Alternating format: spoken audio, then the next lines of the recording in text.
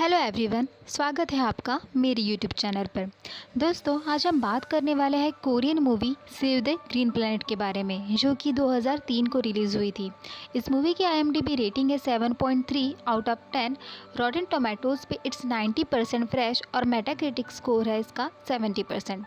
इस मूवी के lead character है ली सुनिया, जो कि ली की गर्लफ्रेंड होती है और दिमागी तौर पर थोड़ी चाइल्डिश होती है।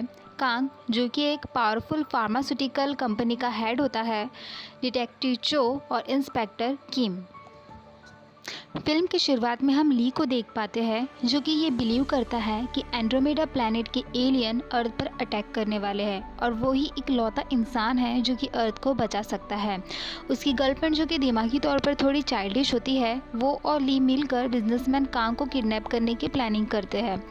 ली ने कांग के ऊपर पहले से ही काफ़ी रिसर्च की होती है, जैसे उसका डेली रूटीन एंड ऑल। और किडनैपिंग करने के पहले ली कांग के घर की पार्किंग के सारे CCTV कैमरास को ख़राब कर देता है, ताकि उनके बारे में किसी को पता ना चले। जब कांग रात में काफ़ी ड्रिंक करके अपने घर आता है, तभी ली उसके पास आता है और उसे कुछ बात करके उस पर अटैक कर देता है। पर कांग ली पर भारी पड़ जाता है और कांग वहाँ से भागने की कोशिश करता है, पर तभी सुनिया पीछे से आकर उसे क्लोरोफॉर्म सुंघाकर बेहोश कर देती है और ये लोग उसे किडनैप कर लेते हैं। जब कांग को होश आता है तो वो देखता है कि उसे चेयर से बांध कर रखा है और उसके बालों को काट दिया गया है, क्योंकि ली को ऐसा लगता था कि कांग अपने हेयर से कांटेक्ट करके अपने एलियन आर्मी को अर्थ पर बुला सकता है। ली अपनी गर्लफ्रेंड को बताता है कि इस एलियन को टॉर्चर करना होगा ताकि वो सारी सच्चाई बता दे। उसके बाद ली कांग पर टॉर्चर करना शुरू कर देता है। वो अपनी गर्लफ्रेंड को बताता है कि इसकी स्किन के 3 नाजुक पार्ट हैं, जो कि इस एलियन को कमज़ोर कर देंगे। सबसे पहला है उसकी आँखें, दूसरा उसके पैर और तीसरा आप समझ गए होंगे। ली कहता है कि सबसे पहले हमें इसके पैरों से शुरू करना होगा। ली और उसकी गर्लफ्रेंड मिलकर कांग के पैरों की स्किन घिसकर निकाल देते हैं और फिर उस पर कुछ लिक्विड लगाते हैं, जिससे कांग तड़प जाता है और बेहोश हो जाता है। कांग को किडनैप किया गया है, ये बात सारे मीडिया में फैल चुकी थी। पुलिस इन्वेस्टिगेट करने कांग के घर पहुंचती है। वहाँ डिटेक्टिव चो भी आते हैं। हम देख पाते हैं पुलिस लीडर और डिटेक्टिव चो में कुछ खास बनती नहीं थी और पुलिस चो को धमकी देता है कि वो इस केस से अपने हाथ पीछे ले ले। दोस्तों, हमें पता चलता है कि डिटेक्टिव चो के ऊपर पहले से ही कुछ ड्रग का केस चल रहा होता है। तभी इंस्पेक्टर किम, जो कि नई नई पुलिस की नौकरी ज्वाइन किया होता है, वो डिटेक्टिव चो के पास जाता है और उसे बोलता है कि वो उसका बहुत बड़ा फैन है और वो चो को ये केस कंटिन्यू करने के लिए मना लेता है। तभी ये लोग एक बार में जाते हैं इस केस के बारे में बात करने। वहाँ चो किम को बताता है कि उसे कांग के घर से एक मेडिसिन मिली है। वो किम से पूछता है कि ये मेडिसिन किस लिए यूज़ होती है, क्या तुम बता सकते हो? तो किम बताता है कि ये मेडिसिन जो मेंटली वीक होते हैं वो लोग यूज़ करते हैं। दोस्तों, ये मेडिसिन इसीलिए यूज़ करता था क्योंकि उससे अपनी मरी हुई गर्लफ्रेंड के विजन्स आते थे कि वो उसे मार रही है। वही सीन शिफ्ट होता है कांग की ओर, जो ली को धमकी देता है कि तुम जानते हो कि मैं कौन हूँ। पर ली उसके बारे में सब कुछ पहले से ही जानता था। जब ली उसकी धमकियों से डरता नहीं तो कांग उसे पैसों का लालच देता है, पर ली कहता है कि मैं ये सब पैसों के लिए नहीं कर रहा, बल्कि इस अर्थ को एलियन से बचाने के लिए कर रहा है। कांग को लगता है कि ये इंसान पागल है जिसकी दिमागी हालत ठीक नहीं है। कांग नोटिस करता है कि ली बार बार एक मेडिसिन खा रहा होता है। तभी ली कांग की आंखों पर वो मेडिसिन लगाता है, जिससे कांग तड़पकर बेहोश हो जाता है। तभी दिखाया जाता है पुलिस को, जो कि CCTV फुटेज देख रही थी, जहां किडनैपर कांग के कार्ड से 4000 वॉन निकालता है। किडनैपर अपने फेस को कवर किया हुआ होता है, जिसकी वजह से उसका फेस नहीं दिख पाता। पर जब वो अपनी बाइक से जा रहा होता है, तब इंस्पेक्टर किम उसकी बाइक का नंबर नोटिस करते हैं। दोस्तों, इंस्पेक्टर किम एक बहुत ही टैलेंटेड और होशियार इंसान होता है, पर पुलिस ऑफिसर और उसकी टीम उससे बिल्कुल लूज़र की तरह ट्रीट करती थी, जैसे कि वो किसी काम का ना हो। उसे सिर्फ किचन का काम और ऑफिस की सफाई करने का ही काम दिया जाता था। ये सब से किम काफ़ी परेशान हो चुका था।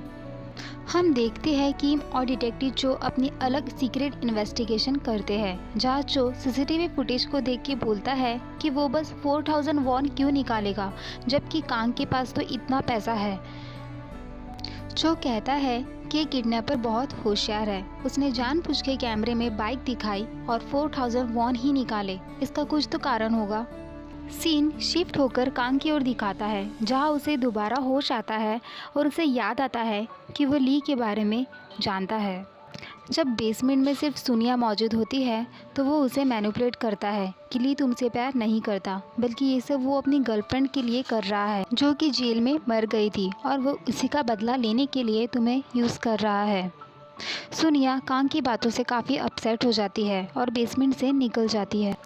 डिटेक्टिव चो को पता लगता है कि वो मेडिसिन किसी हॉस्पिटल से ली गई है। वो वहाँ इन्वेस्टिगेट करने के लिए जाता है। उसे पता लगता है कि जो लड़का ये मेडिसिन यूज़ करता है उसकी माँ इसी हॉस्पिटल में 4 साल से कोमा में है, और उसे हॉस्पिटल रिकॉर्ड से ली के बारे में सब पता चलता है और वो निकल जाता है ली के घर की ओर। तभी सुनिया को दिखाया जाता है, जो कि बहुत अपसेट होती है। ली उसके पास आके पूछता है कि क्या हुआ, क्या बात है, पर सुनिया उससे पूछती है क्या तुम मुझसे सच में प्यार करते हो, पर ली उसके सवाल का जवाब नहीं देता, जिससे सुनिया सब समझ जाती है और वो उसे छोड़कर चली जाती है। ली को बहुत गुस्सा आता है और वो बेसमेंट में जाके कांग को कहता है कि तुमने ही सुनिया को मैनिपुलेट किया है यहाँ से जाने के लिए, और वो कांग को इलेक्ट्रिक शॉक देता है, जिससे कांग बेहोश हो जाता है। जब कांग को होश आता है तो वो वहाँ से निकलने की कोशिश करता है, और इसी कोशिश में वो अपना राइट थंब तोड़ लेता है, जिसकी वजह से वो वहाँ से आज़ाद होने में कामयाब हो जाता है। तभी वहाँ ली आता है और वो उसी चेयर में वापस बैठ जाता है, और ली उसे टॉर्चर करने के लिए आगे बढ़ता है तो कांग उठकर उस पर अटैक कर देता है, और इन दोनों में काफ़ी हाथापाई होती है, जिस पे कांग ली पर भारी पड़ जाता है और वो उसे बहुत मारता है। जब कांग को लगता है कि ली मर गया है तो वो वहाँ से जाने लगता है, पर ली तभी उसके पैरों पर एक बड़ी कील घुसा देता है। किसी तरह कांग अपने आप को बचाकर एक रूम में जाकर बंद कर लेता है, और वो कहता है कि अब हम दोनों कैद हैं, तुम उस रूम में और मैं इस रूम में। तभी ली अपने आप को उस बेसमेंट के खुफिया रास्ते से बाहर निकाल लेता है। तभी ली गन लेकर कांग को मारने के लिए आता है, पर कांग उसी की गन लेकर उस पर शूट कर देता है। पर वो एक टॉय गन थी, जिससे ली को कुछ नहीं होता, और ली का ये प्लान होता है, और वो कांग को एक इंजेक्शन लगा देता है, जिससे उसकी आवाज़ बंद हो जाती है। तभी डिटेक्टिव चो वहाँ आते हैं और दरवाज़ा नॉक करते हैं। ली सारे सबूत मिटाकर ऊपर जाता है चो के लिए दरवाज़ा खोलने। चो उससे कहता है कि वो एक डिटेक्टिव है और यहाँ टूर पे आया है, पर उसके पास रहने के लिए कोई जगह नहीं है। क्या वो एक दिन के लिए उसके घर पे रुक सकता है? तभी कांग नीचे से अपना हाथ निकालता है डिटेक्टिव चो की ओर, पर ली ये देख लेता है और उसके हाथों को अपने पैरों से छुपा लेता है, ताकि डिटेक्टिव उसे देख ना पाए, और मजबूरी में ली उसे अपने घर पर रुकने के लिए परमिशन दे देता है। डिटेक्टिव और ली में काफ़ी बातें होती हैं, पर डिटेक्टिव को ली पर पहले से ही शक होता है और वो ली की घर का बेसमेंट का रास्ता खोज निकालता है। रात होने पर जब डिटेक्टिव जो सो जाता है, तब ली बेसमेंट पे जाकर कांग की बॉडी को छुपा देता है। डिटेक्टिव चो को बेसमेंट से कुछ आवाज़ें आती है, तभी वो नीचे जाकर देखता है। तभी उसे ली दिखता है, जो अपनी मैनीक्वीन पे काम कर रहा होता है। ली उसे कहता है कि उसे नींद नहीं आ रही थी, इसलिए वो काम करने लगा। सुबह होती है और डिटेक्टिव चो निकलने की तैयारी करते हैं। तभी ली उसे एक एलियन स्टोरी बुक देता है। डिटेक्टिव चो को ली थोड़ा वियर्ड लगता है और वो सोचता है कि वो बेवजह ही ली पर शक कर रहा था, वो तो एक नॉर्मल सा लड़का है। जाते वक्त उसे ली का डॉग दिखता है और वो उसे बाय बोल के जा ही रहा होता है कि वो नोटिस करता है डॉग हाउस में कई सारे ह्यूमन बोन्स हैं। जो इंस्पेक्टर किम को कॉल करता है अपनी लोकेशन बताने के लिए, और वो अपनी लोकेशन बता ही रहा होता है कि नेटवर्क कट हो जाता है। तभी वहाँ ली आ जाता है और वो डिटेक्टिव चो पर अटैक कर देता है। वो डिटेक्टिव चो के फेस पर शुगर सिरप डालता है और मधुमक्खियों से उन पर अटैक कर देता है, जिससे डिटेक्टिव चो क्लिफ से नीचे गिर जाते हैं और उनकी मौत हो जाती है। सीन शिफ्ट होकर कांग की ओर दिखाता है, जहाँ ली ने उसे क्रूसीफाई किया होता है। ली उसे टॉर्चर करने के लिए उसके पैरों को कुल्हाड़ी से काटने वाला होता है। तभी कांग डर के वजह से ये एक्सेप्ट कर लेता है कि वो ही एलियन है और वही ली की माँ को बचा सकता है, जो कोमा में है।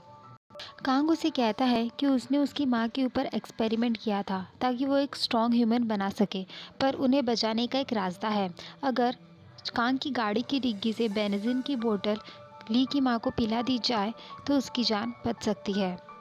ली बेंजीन की बोतल लेकर अपनी माँ की तरफ हॉस्पिटल के लिए निकल जाता है। सीन शिफ्ट होकर इंस्पेक्टर किम की ओर दिखाता है, जो डिटेक्टिव चो के मिसिंग होने से काफ़ी परेशान था। वो फिर से इस केस के ऊपर रिसर्च करता है। तभी उसे किम की हर फोटो के पीछे ली की फ़ोटो दिखाई देती है। किम समझ जाता है कि ये बंदा ही खूनी है और वह तुरंत अपने सीनियर को कॉल करता है, पर उसका सीनियर कहता है कि उसने खूनी को पहले से ही पकड़ लिया है। जिसे सीनियर ने पकड़ा था वो ली का दोस्त था। इसका पता सीनियर को इसलिए मिला क्योंकि ली ने इंटेंशनली सीसीटीवी पर इसकी गाड़ी का नंबर दिखाया था। तभी इंस्पेक्टर किम ली के घर का एड्रेस पता करके उसके घर की ओर निकल जाता है। सीन शिफ्ट होता है ली की ओर, जहाँ वो अपनी माँ को दवाई पिला ही रहा होता है कि उसकी माँ की मौत हो जाती है, जिससे ली बहुत दुखी हो जाता है। कांग ने अपने आप को बड़ी मुश्किल से उस क्रूसिफिकेशन से आज़ाद कर लिया था, जिससे कि उसे काफ़ी पेन हुआ था। वो उस बेसमेंट से निकलने की कोशिश करता है, पर उसे शॉक लगता है, जिससे कि वो नीचे गिर जाता है और वो उस जगह से निकलने की सारी उम्मीद छोड़ देता है। तभी ली कांग के बेसमेंट को एक्सप्लोर करता है, जहाँ उसे कई सारे इंसानों के कटे हुए बॉडी पार्ट्स, उनकी फ़ोटोज़ और कई सारे वीडियोस मिलते हैं, जिससे कि ये समझ जाता है कि ये ली के पुराने विक्टिम्स रह चुके हैं। वहीं जब वो निराश होकर बैठ जाता है तो उसे ली की डायरी मिलती है, जिसमें ली के बचपन से लेकर उसकी सारी बातें लिखी हुई थी। उसमें लिखा था कि ली के फादर एक कोल माइन में वर्कर थे, जिसमें एक एक्सीडेंट के दौरान उसके फादर का एक हाथ टूट जाता है, जिससे कि उनकी फाइनेंशियल कंडीशन ख़राब हो जाती है और ली के फादर इस सदमे में अपने फैमिली को मारने की कोशिश करते हैं, जिसकी वजह से ली की माँ उसके फादर को धक्का देती है और उसके फादर की एक्सीडेंटली मौत हो जाती है।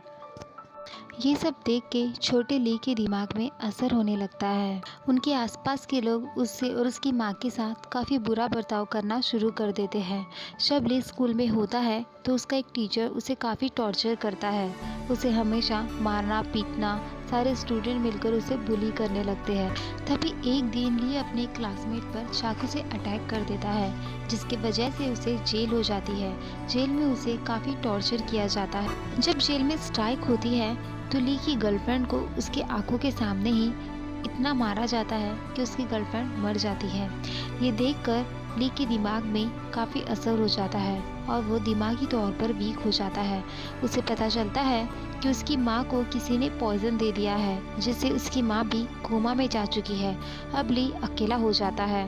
इतने सारे पेनफुल एक्सपीरियंस से ली की दिमागी हालत काफ़ी वीक हो जाती है। तभी इंस्पेक्टर किम ली के घर पहुँचते हैं, जहाँ उसे थोड़ा सर्च करने पर कांग दिखाई देता है, जो कि बहुत ही ख़राब हालत में ज़मीन पर पड़ा हुआ था।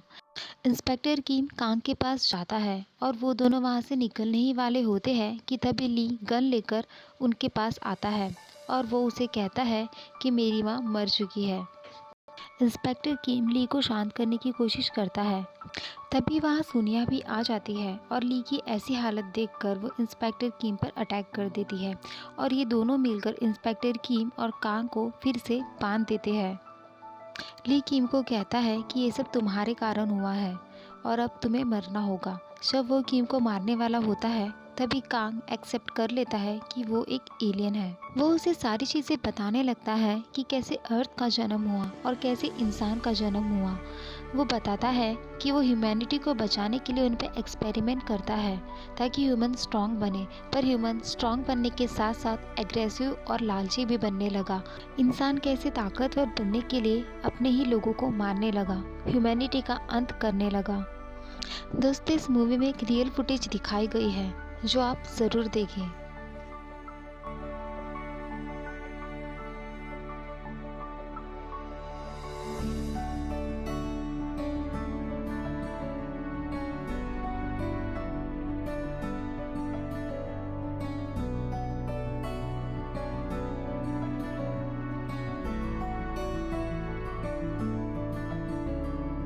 सिर्फ सुनकर ली उसे चुप रहने के लिए कहता है, पर कांग उसे कहता है कि यही ह्यूमन की सच्चाई है और तुम्हें इसे मानना ही होगा। वो ये एडमिट करता है कि वो ही है जो एलियन प्रिंस से कांटेक्ट कर सकता है, पर उसके लिए उनको उसके फैक्ट्री में जाना होगा। ली मान जाता है और वो कांग और खुद पर बॉम्ब अटैच करके वहाँ से निकल जाता है कांग की फैक्ट्री की ओर। वो बॉम्ब इसीलिए लगाता है ताकि कांग वहाँ से भागने की कोशिश ना करे, और वो इंस्पेक्टर किम को अपने बेसमेंट में छोड़कर जाता है और उसे कहता है कि अगर मैं नहीं रहा तो तुम्हें ही अर्थ को बचाना होगा। जब वो लोग फैक्ट्री पहुंचते हैं तो कांग कंप्यूटर पे कुछ टाइप करता है और वो ली से कहता है कि मुझे ये सब चीज़ों में थोड़ा टाइम लगेगा। तो ली उसे कहता है कि तुम्हारे पास सिर्फ 1 घंटा है। पर टाइम ज़्यादा हो जाने से ली कांग को मारने की कोशिश करता है, पर कांग एक रोबोट से सुनिया पर अटैक करवा देता है, जिससे सुनिया की सांस रुकने लगती है और कांग ली पर अटैक कर देता है। दोनों के बीच काफ़ी हाथापाई होती है। वही सुनिया दर्द में तड़पने लगती है। ली काफ़ी कोशिश करता है कि वो किसी भी तरह सुनिया को बचा सके, पर आखिरकार सुनिया की मौत हो जाती है और कांग भी ली को मार देता है। जब कांग को लगता है कि ली मर गया, तब वो पीछे मुड़ता है और ली उस पर अटैक कर देता है, पर ली के गोली चलाने के पहले इंस्पेक्टर की वहाँ पहुँचकर ली को मार देते हैं, जिससे कि ली की मौत हो जाती है। तभी वहाँ पुलिस के सीनियर्स आ जाते हैं और वो कांग को बचाने की कोशिश करते हैं। जब वो लोग कांग को बचाकर वहाँ से बाहर निकल रहे होते हैं तो सीनियर अपनी तारीफ करता है कि उसे अब प्रमोशन मिलेगा। ये देखकर इंस्पेक्टर किम थोड़ा निराश हो जाता है। जब वो लोग गाड़ी में बैठने लगते हैं तभी पर अटैक हो जाता है। हम देख पाते हैं कि वहाँ एलियन की शिप आ गई है और वो एक एक कर सब पे अटैक करने लगती है। कांग भी एलियन शिप पर चढ़ जाता है और तभी हम देख पाते हैं कि कांग असल में एक एलियन ही है जो पृथ्वी पर इंसानी रूप में रह रहा है। शिप पे चढ़ने के बाद कांग का असली रूप हमें दिखाई देता है और हमें ये भी पता चलता है कि वही एलियंस का प्रिंस है। अपने साथ हुए इस टॉर्चर से कांग इतना परेशान हो जाता है कि वो अर्थ को एक फेलियर एक्सपेरिमेंट बोलकर आखिर में डिस्ट्रॉय कर देता है। हे फ्रेंड्स, आई होप कि आपको मेरा एक्सप्लेनेशन अच्छा लगा होगा। Please like and do subscribe my YouTube channel and thanks for watching. Bye bye.